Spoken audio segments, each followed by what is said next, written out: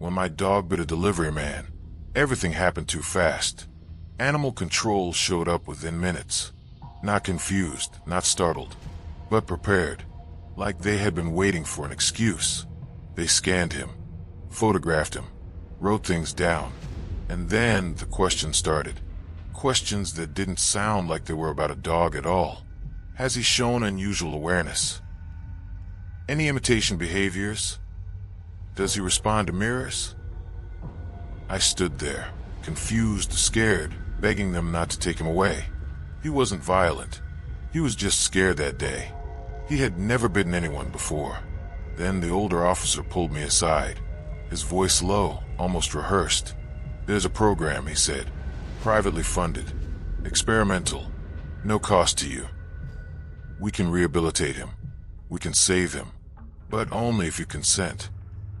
I didn't read the packet. I didn't ask enough questions. I just signed. They took him that afternoon, and exactly 6 days later, they brought him back. He looked like my dog, smelled like my dog, moved like my dog. But the moment he stepped inside, something in me tightened. A gut feeling, a biological alarm bell screaming that something familiar had been rearranged. The first change was silence. My dog, the one who barked at leaves, shadows, mailmen, knockings, the wind, didn't bark anymore. Not once. Not even when someone knocked directly on my door. Just silence. The second change was his eyes. He didn't look around, didn't chase movement, didn't flick his gaze at birds or toys. He looked only at me, always at me. Not with love, not with excitement, but with focus, intensity, like he was studying me, recording me, trying to understand something beneath my skin. The third change was the routine, or maybe my routine. If I woke at 6:13, his eyes snapped open at 6:13.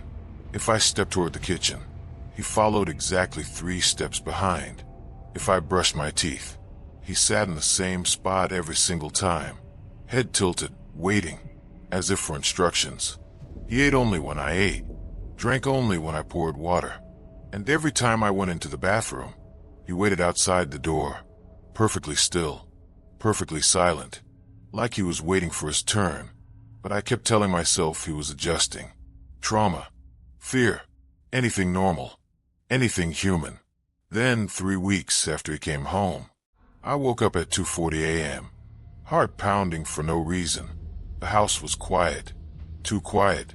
I reached for him, but he wasn't in his usual spot beside my bed. Then I heard it, a sound that paralyzed every muscle in my body. The soft, careful slide of the kitchen drawer opening, not clattering, not jangling, just sliding open, slowly, quietly, like someone trying not to wake me. Then came footsteps, not human footsteps, not the clicking of claws, something in between, light but heavy, soft but dragging, like he wasn't entirely sure which limb went first. A shadow moved under my bedroom door. The doorknob turned, and he walked in. My dog, but wrong. Something that looked like him, moving in a way nothing on 4 legs should ever move. He was standing, not fully upright, but rising, balancing, adjusting his posture clumsily. And in his paw, gripped awkwardly, but firmly, was one of my kitchen knives. He patted toward me slowly, purposefully, moonlight glinting off the blade. His breathing was not panting. It was controlled, measured, matched to mine. Inhale, exhale, inhale. He stood beside my bed for minutes that felt like an eternity, his head tilted, his eyes locked onto mine, studying the rise and fall of my chest, copying it, matching it. Then he leaned down, very slowly, his mouth opened, not to growl, not to bark, but to speak. And what came out was not a human voice, not an animal sound, something twisted between the two, forced through a throat never meant to form words. "I won't bite this time." He straightened himself, almost proud, like he had finally imitated something correctly. Then he turned and walked out of the room, the knife still in his hand. I didn't sleep. I didn't move. Not until sunrise. When morning came, I locked myself in the bathroom and called every number on that program's brochure. All of them, every single one, was disconnected. That was 3 days ago. He hasn't tried to hurt me since. He hasn't touched a knife again.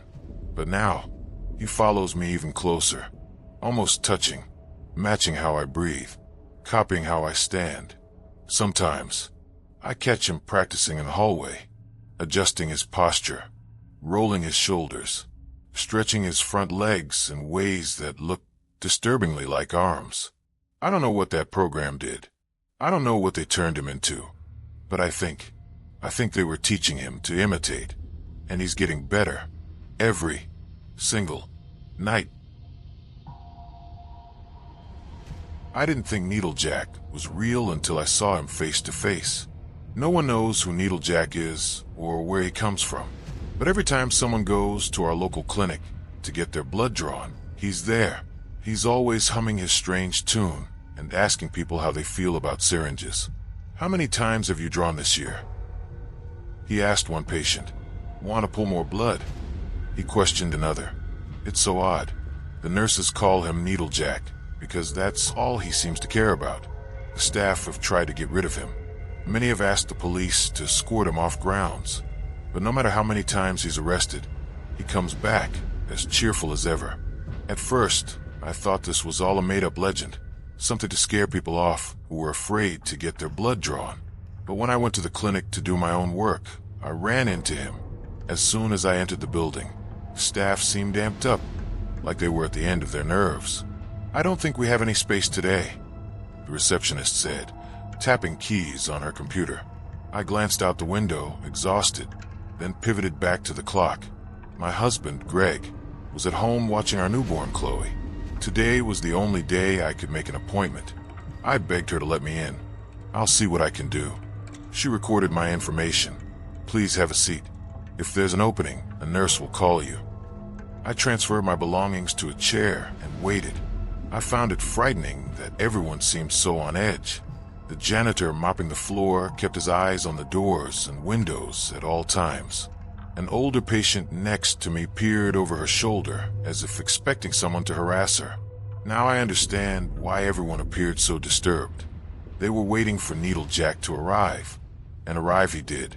After about 5 minutes, a nurse came out and called my name. Sarah? I stood and followed her into the back. I settled into a chair and extended my arm to allow easy access to a vein. As soon as she inserted the point, a loud humming grew from the hall. What is that? Oh, that's just Jack. He's a patient at this location. Do your best to ignore him. I darted my eyes away from the noise, but his grating voice filled my ears. Can you ask him to pipe down? Of course. She glanced toward the hall, her voice shaking. Jack, will you please be quiet? You're disturbing a patient. Yes, oh yes. I'm sorry. For the next 30 seconds, the only sound came from the nurse as she switched out the vials on my syringe. One click, then another. All done. She taped gauze onto my arm. Feel free to sit for a few moments. You might feel dizzy. I glanced at my phone. It was almost 1 o'clock, well past time to get back home and feed Chloe. I stood slowly and progressed toward the hall. When I stepped inside, there he was, a long-legged, skinny man who wore black jeans and a striped shirt. His arms appeared too short for his body, and his hair was trimmed into a bowl cut. I see you got your blood work done, he said, grinning. My name is Jack. I just love getting my blood drawn. He waddled up to me and got inches from my face. Dude, my mind screamed as I scooted past him. Back off. Would you like to see my blood drawn? No, too bad. He pulled out an unused syringe and jammed it into his vein. Ah, feels so good. I was so mortified that I sprinted to the counter and told the receptionist what had happened. Yes, I know, she admitted. That's Jack. He's a regular here. Why does everyone keep saying that? Because he's here almost every day. Do something about it. Throw him out. I'm sorry, I heard his wispy voice behind me. Needlejack was holding the blood-filled syringe he had just pulled from his vein. Oh God, I nearly gagged as he licked the vial. Beautiful, he said. So beautiful. On the drive home, I was stunned. Who was he? Why was he there? Why couldn't anyone get rid of him? Once I got home and fed Chloe, I did some digging online. Turns out Needle Jack was a bit of a local legend. Apparently, he'd been terrified of needles as a child. Whenever his mom had brought him to a clinic, he'd scream, "No, mommy, please. Don't let them poke me." But then one day, a mysterious woman came in and whispered something into his ear. He calmed down instantly and allowed the nurses to draw his blood.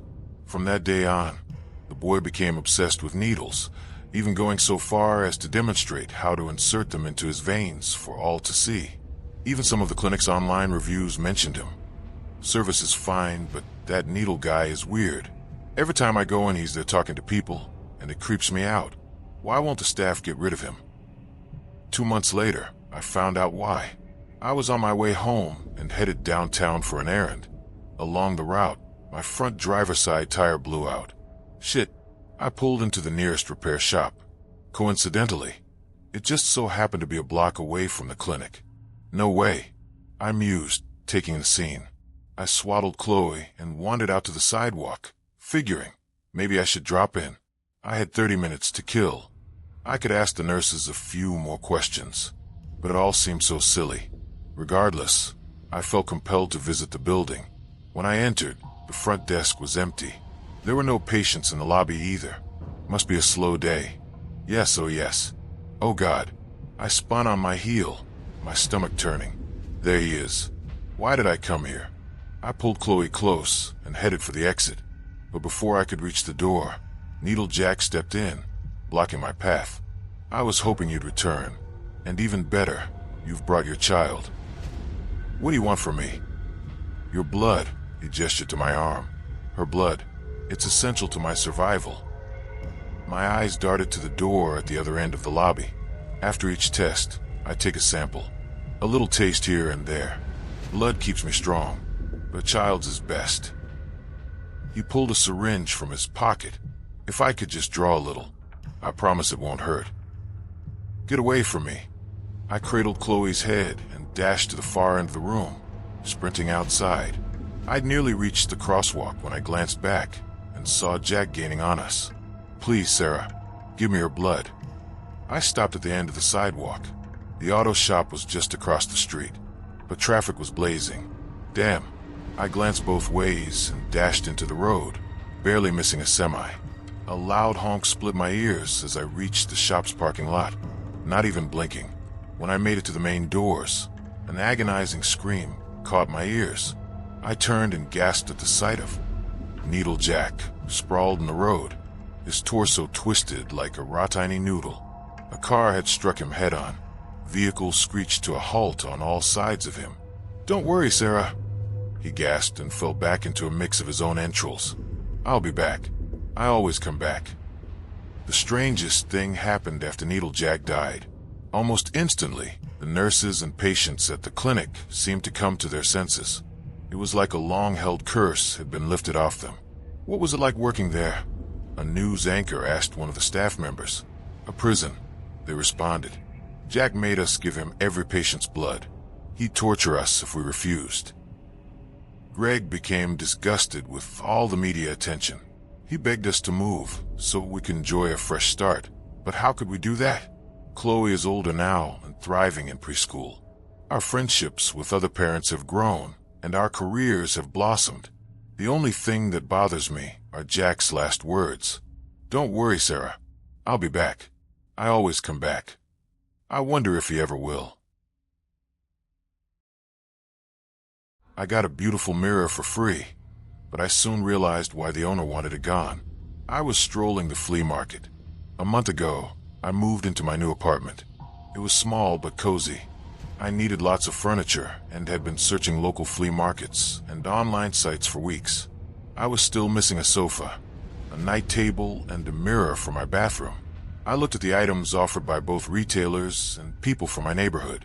Old watches, cameras, lamps, desks, and more. Every time I saw something that I liked, there was something wrong with it. A sofa with claw marks from pets everywhere. A night table with only 3 legs that cost more than if I would buy it new. Old cabinets that have been painted in awful colors.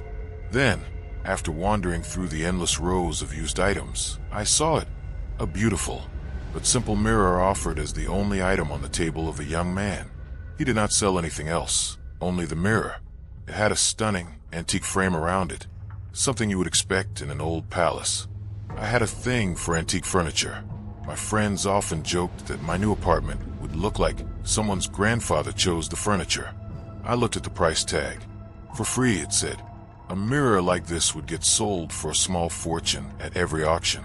I inspected it, but could not find any damage or other factors that would justify giving it away for free, so I immediately took it. The man looked at me like he felt guilty giving me the mirror, so I double-checked it again after bringing it home. But it was perfect. The first few days, I really enjoyed looking at myself in the mirror every morning, due to the beautiful frame. It felt like I was an artwork worthy to be admired. I even thought about putting my signature in the bottom right of the mirror as a joke, like it was a painting. I showed the mirror to my friends, and they were in awe at its beauty, even though they still teased me about my home decor style. But after the first few days, something felt off. Every time I looked at the mirror, it seemed like my reflection was slightly delayed, almost unnoticeable. Sometimes my fingers moved slightly differently, like they were trying to go in a different direction, similar to a bad connection in a video game. I did not think about it much. I told myself that maybe it was connected to my migraine, and my brain was playing tricks on me while having strong headaches. Every morning, I was paying closer attention to my reflection. Sometimes it seemed like my own eyes didn't meet my gaze. Other times my body position was ever so slightly off. But it got worse. One day, I was woken up by my alarm and walked into my bathroom to get ready for work when I froze. My reflection was smiling at me. A wide, maniacal smile with an anticipating gaze.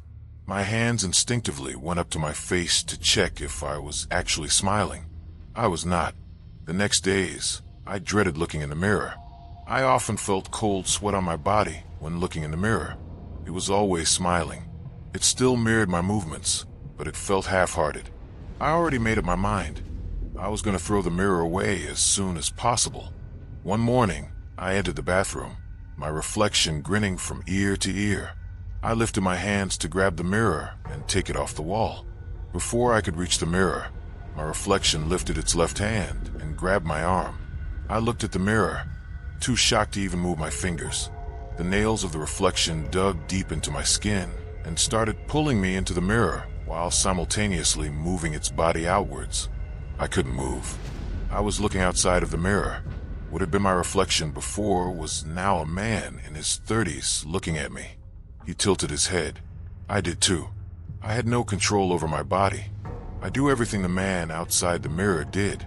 He gave me a sad smile and said, "I'm sorry." He grabbed the mirror and carried it outside, all while I was horrified and claustrophobic, having no choice but to mirror his every move. He placed the mirror on the sidewalk with a note, "For free." The next hour or so I often saw passers-by walking by, looking at the mirror, fixing their hair. They did not see me in the mirror, they saw themselves. I tried to tell my brain to move independently, but I only moved when they did. I was imprisoned in a sheet of glass, unsure if I could ever escape. After what felt like an eternity, a young man saw the mirror, looked it up and down, and grabbed it. He carried the mirror 2 streets further east and into a small apartment. He seemed to like the mirror a lot and placed it inside his bedroom next to a wardrobe. I tried to scream for help, but I could not move a single muscle. I only moved to mirror his body.